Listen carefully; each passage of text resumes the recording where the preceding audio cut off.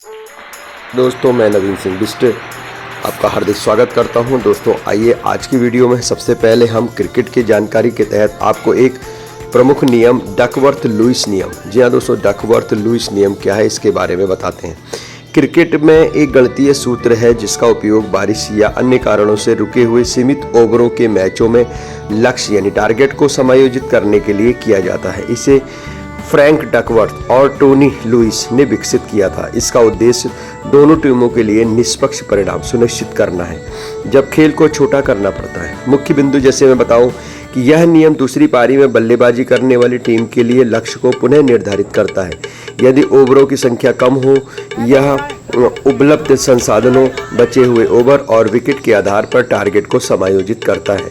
कैसे काम करता है यह नियम? संसाधनों यानी रिसोर्सेज की अवधारणा पर आधारित है जो बचे हुए ओवरों और विकेटों का संयोजन है।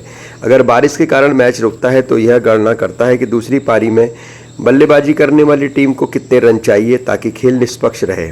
उदाहरण, यदि पहली टीम ने 50 ओवर में 250 रन बनाए लेकिन बारिश के कारण दूसरी टीम को केवल 40 ओवर ही मिले तो डकवर्थ-लुईस नियम का नया लक्ष्य निर्धारित करता है, जैसे कि 230 रन। उदाहरण, पहली पारी 50 ओवर में 300 रन बारिश के बाद दूसरी पारी 30 ओवर में खेल की संभावना संभव, तो डीएलएस नियम के आधार पर नया लक्ष्य जैसे 200 रन निर्धारित किया जाता है जो बचे हुए ओवरों और विकेटों को ध्यान में रखा जाता है। महत्व तो यह है कि यह नियम सुनिश्चित करता है कि मौसम के कारण कोई टीम अनुचित लाभ या नुकसान न उठाए। तो दोस्तों, उम्मीद करता हूँ कि डकवर्थ का लुईस नियम आपको समझ में आ गया होगा।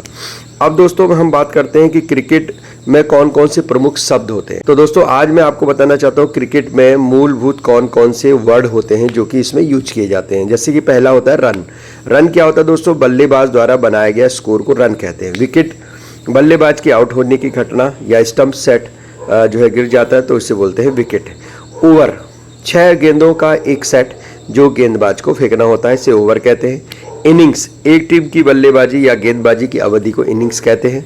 मैच, 2 टीमों के बीच में खेला जाने वाला पूरा मैच, इसे मैच कहा जाता है। पारी, एक टीम की बल्लेबाजी या गेंदबाजी का जो दौर होता है उसे पारी कहते हैं। पिच, खेल का केंद्रीय हिस्सा जहां पर बल्लेबाजी और गेंदबाजी की जाती है।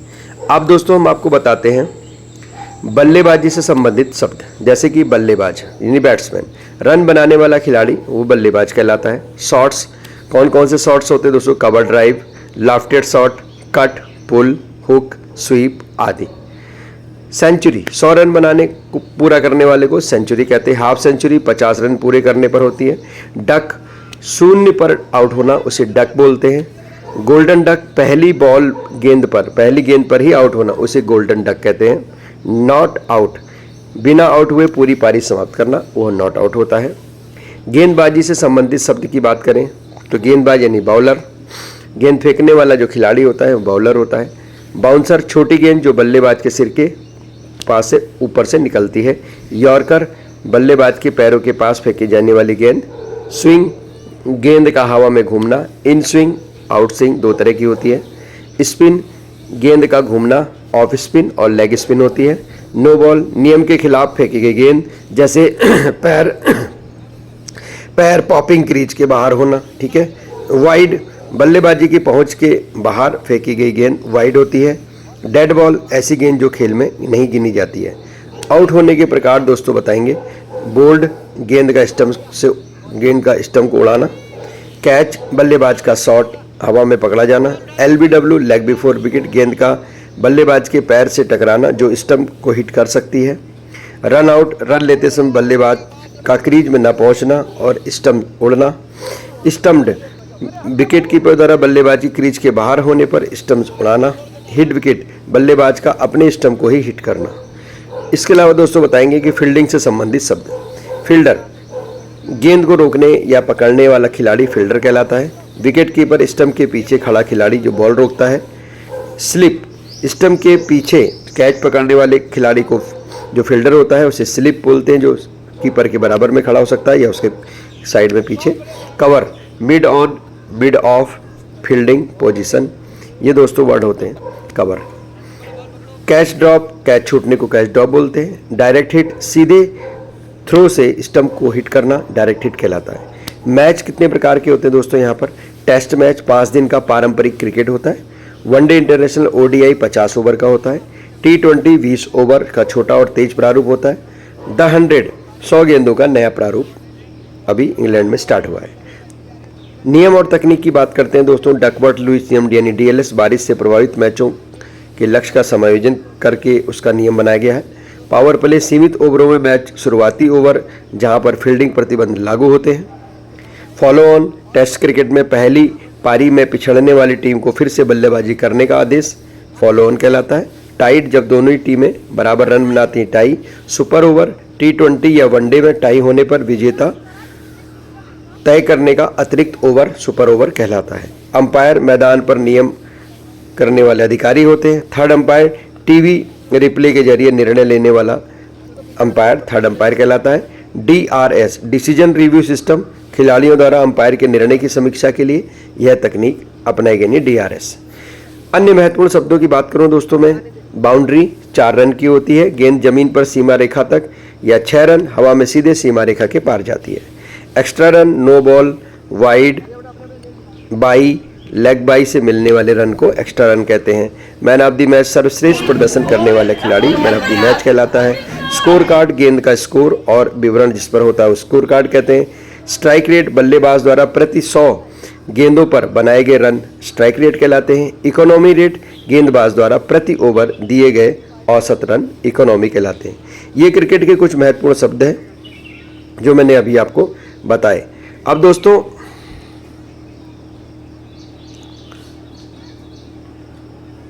दोस्तों मैं बात करता हूं टेस्ट क्रिकेट। ये 5 दिन का खेल होता है।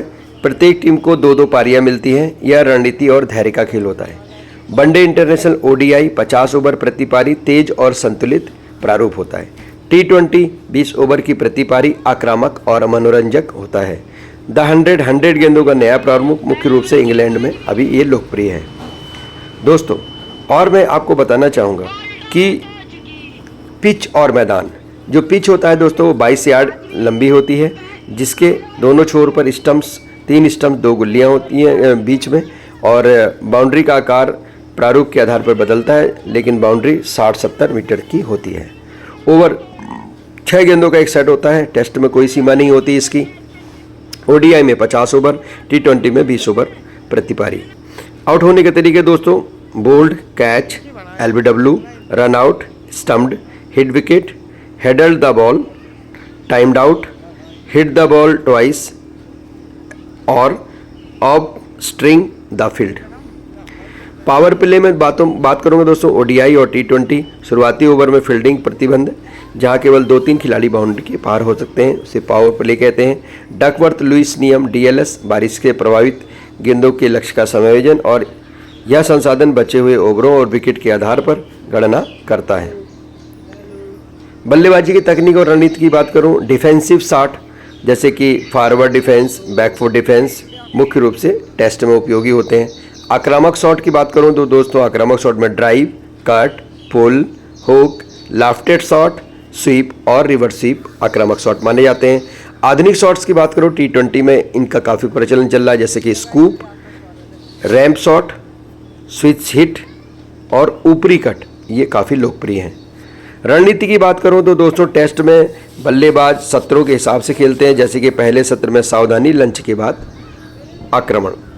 T20 में दोस्तों शुरुआती ओवर में तेजी, मध्य ओवरों में स्थिरता और अंत में धमाकेदार बल्लेबाजी की जाती है।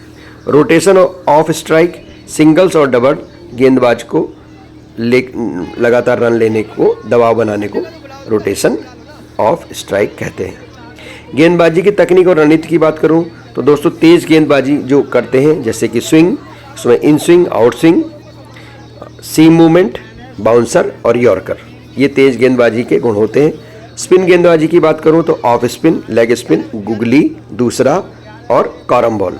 ठीक है दोस्तों। वेरिएंस की बात करूं तो स्लोवर बॉल, नकल बॉल, वाइड यॉर्कर T20 में फेंकी जाती हैं। अब मैं रणनीति की बात करता हूं दोस्तों। टेस्ट में लंबे स्पेल होते हैं, लाइन लेंथ पर नियंत्रण करना होता है और बल्लेबाज को थकाना होता है। T20 में बात करूं दोस्तों विविधता में, जैसे वेरिएशंस, डॉट बॉल्स और बल्लेबाज को गलती करने पर मजबूर करना है, T20 की रणनीति होती है। फील्ड सेटिंग की बात करूं तो आक्रामक, स्लिप, गली या रक्षात्मक, deep mid wicket, long on, ये फील्ड की सेटिंग होती है। तो दोस्तों यहाँ पर फील्डिंग और विकेट कीपिंग की मैं बात करूँगा। तो गहन जानकारी की थोड़ा सा बात करें, रिवर्स स्विंग की बात करते हैं दोस्तों। रिवर्स स्विंग टेस्ट क्रिकेट में गेम चेंजर माना जाता है। यह तब होता है जब पुरानी गेंद हो 30-40 ओवर के बाद। यह एक तरफ चमकदार और दूसरी तरफ खुरदुरी होती है। गेंदबाज इसे हवा और पिच की स्थिति के आधार पर नियंत्रित करता है। स्पिनर पिच की दरारों यानी क्रैक्स का उपयोग करते हैं, जो टेस्ट के चौथे-पांचवें दिन प्रभावी होते हैं। फील्डिंग पोजीशन की बात करूं तो दोस्तों स्लिप, गली, point, cover, mid on, mid of, deep square leg आदि होते हैं। विकेट कीपिंग जो होती है दोस्तों, जो विकेट कीपर होता है वो तेज रिफ्लेक्स, स्टंपिंग और कैच पकड़ने की कला उसके अंदर होती है। अगर मैं रणनीति की बात करूं तो फील्डिंग कप्तान की रणनीति का हिस्सा है। उदाहरण के लिए नए बल्लेबाज के लिए स्लिप्स बढ़ाना या T20 में बाउंड्री पर तेज फील्डर रखना। ठीक है, तो दोस्तों आजकल की जो आधुनिक क्रिकेट चल रही है उसमें फील्डिंग का स्तर बहुत ऊंचा हो गया है। जैसे कि T20 में मैं डाइविंग कैच की बात करूं, डायरेक्ट हिट, रन आउट, ये जो है गेम को बदल सकते हैं। विकेट कीपर स्पिनरों के साथ मिलकर बल्लेबाज को स्टंपिंग के लिए लुभाते हैं। रणनीति और कप्तानी कप्तान गेंदबाजों के रोटेशन, फील्ड सेटिंग और DRS कॉल में महत्वपूर्ण भूमिका निभाते हैं। रणनीति की बात करूं तो टेस्ट में बल्लेबाज को दबाव में लाना, जैसे लगातार मेडन ओवर फेंकना। T20 की बात करूं तो डेथ ओवर में यॉर्कर बॉल का उपयोग करना। और ODI की बात करूं तो मध्य ओवरों में स्पिनरों को रन रोकना और विकेट लेना। DRS और तकनीक की बात करूं तो हाई, हॉक आई, अल्ट्रा एज और स्नीको मीटर का उपयोग अंपायरिंग में सटीकता लाता है, यानी सटीकता लाता है। इसी तरह से कप्तान का निर्णय, जैसे कि पावर प्ले में गेंदबाज को चुनना, टेस्ट में फॉलो ऑन देना, मैच का रुख बदल सकता है। उदाहरण के लिए 2001 में कोलकाता टेस्ट में भारत ने ऑस्ट्रेलिया को फॉलो ऑन दिया था और फिर लक्ष्मण द्रविड़ की साझेदारी ने इतिहास रच दिया था। क्रिकेट और इतिहास की बात करूं तो उत्पत्ति दोस्तों क्रिकेट की जो हुई है वो 16वीं शताब्दी में। जी हाँ दोस्तों, आज मैं क्रिकेट का इतिहास और विकास की बात करूंगा। तो क्रिकेट की उत्पत्ति 16वीं सदी में इंग्लैंड में हुई थी। 1877 में पहला टेस्ट मैच ऑस्ट्रेलिया और इंग्लैंड के बीच में खेला गया था। विकास की बात करूं तो 1970 में ODI क्रिकेट की शुरुआत हुई थी। 2000 में T20 क्रिकेट का आगमन हुआ, जिससे खेल को वैश्विक बना दिया। IPL 2008 में T20 लीग्स ने क्रिकेट को व्यावसायिक और मनोरंजक बनाया। प्रमुख टूर्नामेंट विश्व कप, ODI और T20, champions trophy, test championship, IPL, BBL, PSL आदि। अगर दोस्तों मैं बात करूं कि क्रिकेट का विकास सामाजिक और तकनीकी बदलावों से काफ़ी प्रभावित हुआ है। उदाहरण के लिए डे नाइट टेस्ट, गुलाबी गेंद के टेस्ट क्रिकेट में आकर्षण बनाया। T20 ने नए शॉट्स जैसे कि रिवर्स स्कूप और रणनीतियाँ जैसे पिंच हिटर का जन्म दिया। अगर मैं दोस्तों कुछ आंकड़ों की बात करूं तो सर्वाधिक टेस्ट रन जो है सचिन तेंदुलकर के नाम है अभी तक 15,921 रन। सर्वाधिक ODI रन भी जो है सचिन तेंदुलकर के नाम है 18,426 रन। सर्वाधिक टेस्ट विकेट की बात करूं तो टेस्ट विकेट मुथैया मुरलीधरन ने 800 विकेट लिए हैं। सर्वाधिक T20 रन की बात करूं तो क्रिस गेल T20 लीग्स और अंतर्राष्ट्रीय स्तर की बात करी जा रही है। आंकड़ों का महत्व स्ट्राइक रेट, इकोनॉमी रेट और औसतन खिलाड़ी की काबिलियत दर्शाती है। गहन जानकारी की बात करो तो आधुनिक क्रिकेट में डेटा एनालिटिक्स का उपयोग बढ़ा है एंड टीमें विपक्षी खिलाड़ियों की कमजोरियों जैसे कि शॉर्ट गेंद पर कमजोरी का विश्लेषण करती हैं। उदाहरण IPL में टीमें गेंदबाजों के खिलाफ बल्लेबाजों के स्ट्राइक रेट का अध्ययन करती हैं। आधुनिक क्रिकेट और चुनौतियों की बात करूं तो दोस्तों टेस्ट क्रिकेट में लोकप्रियता में जहां पे कमी आई है, खिलाड़ियों का व्यस्त शेड्यूल रहता है और भ्रष्टाचार जैसे स्पॉट फिक्सिंग भी एक चुनौती है। नवाचार की बात करूं जैसे DRS, day night test, super over और T20 लीग्स ने खेल को काफ़ी रोमांचक बनाया है। प्रशंसक जुड़ाव, सोशल मीडिया जैसे कि कई चैनल्स हैं और लाइव अपडेट करना और फैन पोल्स, हाइलाइट्स ने क्रिकेट को वैश्विक बनाया है। अगर हम दोस्तों T20 लीग्स ने क्रिकेट को आर्थिक रूप से मजबूत किया है, लेकिन टेस्ट क्रिकेट को बचाने के लिए विश्व टेस्ट चैंपियनशिप शुरू की गई है। साथ ही तकनीक जैसे हॉट स्पॉट ने एम्पायरिंग को और निष्पक्ष बनाया है। दोस्तों वहीं पर मैं अगर संस्कृति और प्रभाव की बात करूं तो भारत में क्रिकेट धर्म की तरह खेला जाता है। सचिन तेंदुलकर, विराट कोहली जैसे खिलाड़ी राष्ट्रीय नायक हैं। महेंद्र सिंह धोनी का भी इसमें नाम ले सकते हैं, कपिल देव का नाम लेते हैं, गावस्कर का नाम लेते हैं। वैश्विक प्रभाव की बात करूं तो क्रिकेट ने Australia, England, Bharat, Pakistan, West Indies और दक्षिण अफ्रीका में सांस्कृतिक महत्व है इसका। और अगर दोस्तों मैं भारत, पाकिस्तान, इंग्लैंड, ऑस्ट्रेलिया ऐसे जैसे मुकाबले भावनात्मक रूप से काफ़ी तेज होते हैं। क्रिकेट ने सामाजिक एकता को बढ़ावा दिया है। जैसे दक्षिण अफ्रीका में रंग भेद के बाद क्रिकेट ने एकता का प्रतीक बनाया। भारत में आईपीएल ने स्थानीय प्रतिभाओं को वैश्विक मंच दिया है। तो कुल मिला के दोस्तों ये जानकारी आपको कैसे लगी कमेंट बॉक्स में कमेंट करके ज़रूर बताइएगा। और दोस्तों क्रिकेट आगे बढ़े, लगातार ऊंचाइयों को छुए, ऐसी हम उम्मीद करते हैं। और आप हमारे super 7 cricket association of Uttarakhand से जुड़े, इसके लिए भी हम आपका आह्वान करते हैं। धन्यवाद। जय हिंद, जय भारत।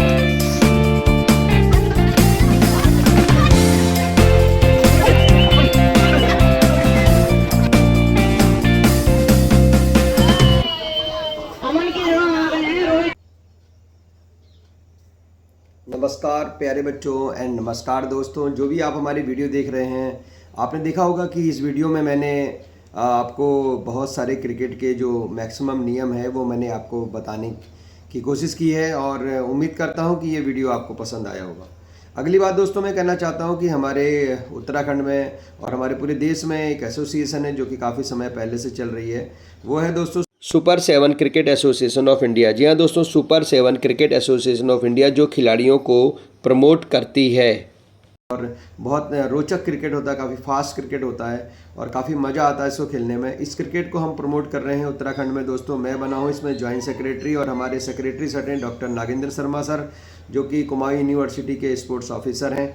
और दोस्तों क्रिकेट को जो है काफ़ी समय से वो प्रमोट कर रहे हैं। तो दोस्तों मुझे अभी जॉइंट सेक्रेटरी बनाया गया है उत्तराखंड का। और मैं आप सभी लोगों से यही कहना चाहूँगा कि आप हमारे एसोसिएशन से जुड़ें, हमारे इस फेडरेशन से आएँ, इस एसोसिएशन में जिसमें कि हम खिलाड़ियों को बेसिक लेवल पर प्रमोट करते हैं। और हमारे यहाँ जो कोचिंग है वो निःशुल्क दी जाती है।